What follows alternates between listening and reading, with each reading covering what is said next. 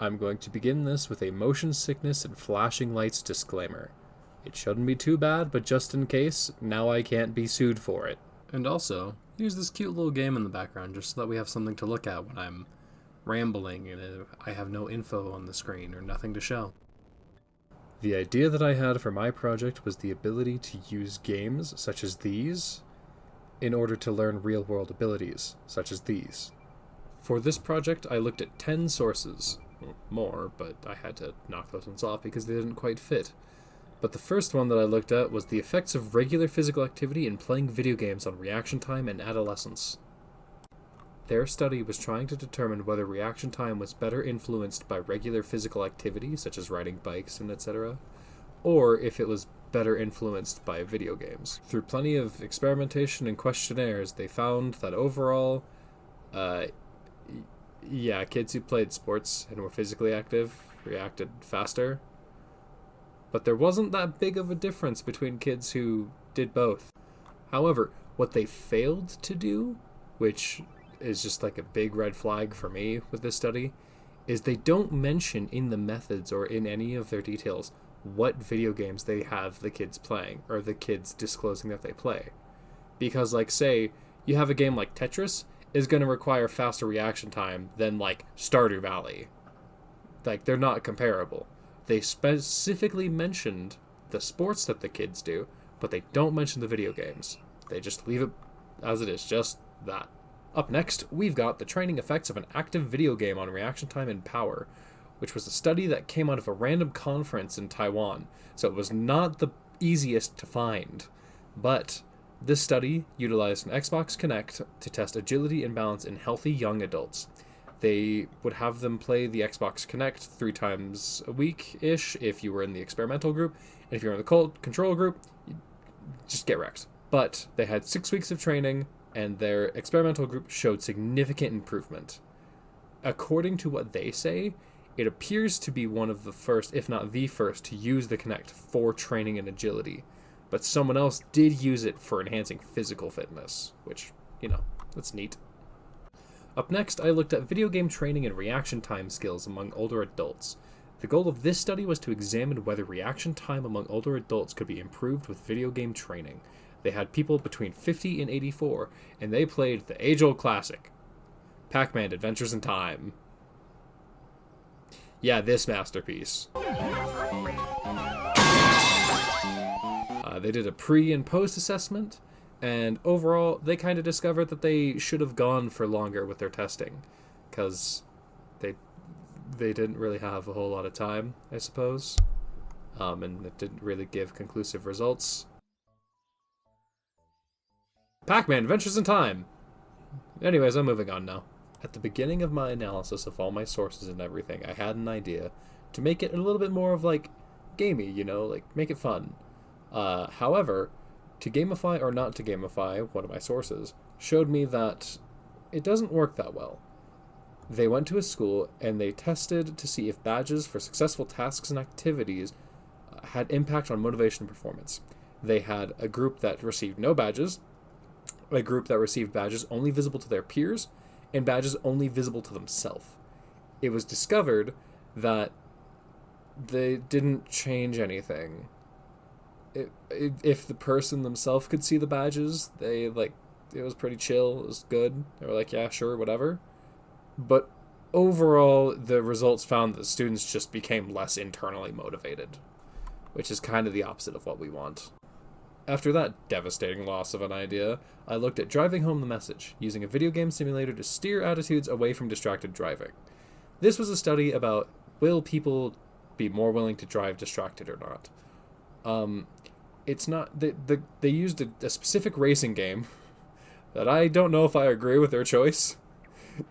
They used this game, Gran Turismo Prologue for the PlayStation 3. This isn't exactly the most realistic of a simulator for a distracted driving environment, because I don't think race car drivers are texting while they're zooming. But either way, they found that those who were distracted in the game had more traffic violations and crashes than their non-distracted control group. But then, after they did some things and, spiced it up a little and did a pre-assessment for a baseline, they found that their drivers were driving a little bit more carefully. They also, yeah, that's kind of it. I'm gonna just, yeah, who'd thunk? When you know what it's like to not drive distracted, you don't drive distracted. Anyways, in my whole idea here, it's going to include VR. There is an issue with VR, and that is motion sickness. So, to try to figure out what to do about it, I looked at getting rid of cyber sickness in virtual reality, augmented reality, and simulators.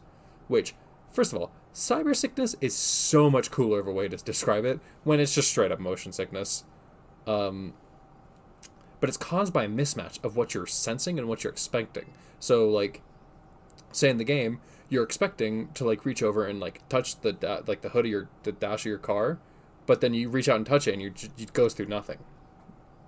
So, they worked out ways to fight this because it's not exactly the most convenient.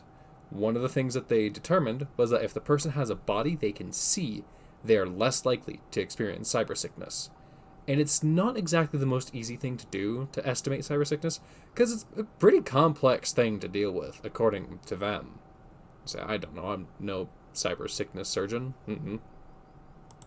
Up next, we have sleepy driving on the real road and in the simulator, which is a bit more of what I can tell as a, like, what currently exists version of what I'm proposing, except for the main difference is I want something at home.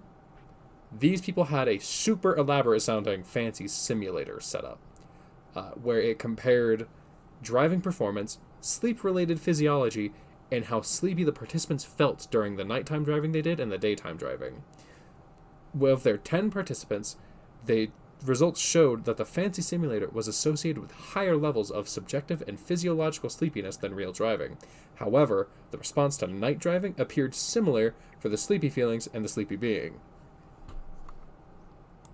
So, after the sleepy driving test, I looked at a meta-analysis of the effects of game types and devices on older adults, and just how well they do.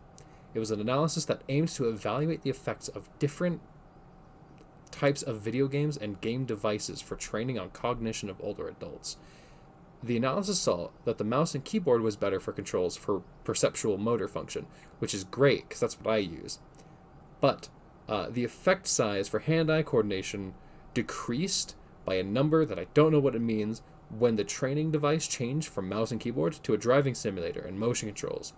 They moderated these tests by session length, and they say that more well-designed studies should be done to define the different efficiencies for types of games and devices for older adults. Finally, the last source that I looked at is not what I expected to, but in reality, it's exactly what I should have been looking for, as it is almost entirely what my idea was. It is the review of simulator training practices for industrial operators. It points out that the aim of simulator trainers is to improve the safety and integrity of one's operations, and for it to be effective, it needs relevant feedback and proper assessment of whoever's using the simulator's performance so they can see and learn from their mistakes. Delivering effective training and evaluation is significantly challenging. This review noted that delivering effective training and evaluation is a significant challenge for the industries that they looked at, which makes sense. You have to know what you're doing and know what other people are doing wrong in order to look at it like that. Simulators on site can be limited because of how expensive they are, which is the main thing that I'm looking at here, is that if it's at home and affordable, then you don't have to spend thousands of dollars on a simulator when you can have someone say, do a certain little game at home, and then you're set. Like, not set, it says later in the study. But the article is an analysis of simulator trainings within different industries and all the different kinds of ways that they've used to practice. Overall, they suggest that simulator training can be a supplement to on-site training, but feedback and assessment are vital. In conclusion, I still believe that at-home simulators can be utilized in order to learn how to operate various types of machinery, such as vehicles, in the real world.